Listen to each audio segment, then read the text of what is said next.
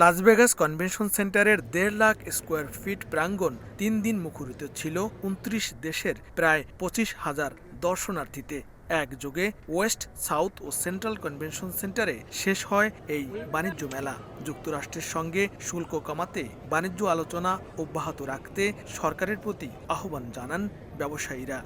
আমাদের বিদেশে বাইরে থেকে যদি একটা স্যাম্পল পার্সেল আমাদের দেশে পাঠায়, সেই পার্সেলটা কাস্টমস ক্লিয়ারেন্স হয়ে যতদিনে আমরা আমাদের হাতে পাই, ওরা ততদিনে স্যাম্পল তৈরি করে বাইরের কাছে পাঠিয়ে দেয়।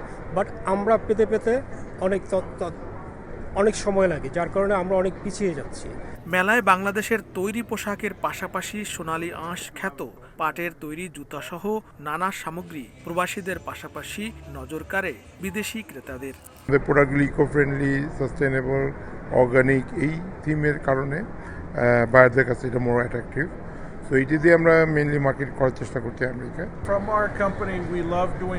আমি বাংলাদেশে গিয়েছি, আমি কারখানাগুলো ঘুরে দেখেছি। অসাধারণ মানুষ।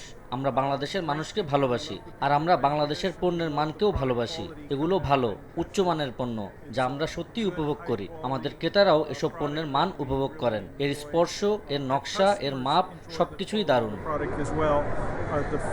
পরিসংখ্যান বলছে যুক্তরাষ্ট্রে রপ্তানির ৮৬% তৈরি পোশাক। চলতি অর্থ বছরে যেখানে রপ্তানি হয়েছে $৮৬৯ কোটি পণ্য, যা দেশের মোট রপ্তানি আয়ের ১৮%-এরও বেশি। আগের অর্থ বছরে পোশাক রপ্তানি ছিল $৭৫৪ কোটি।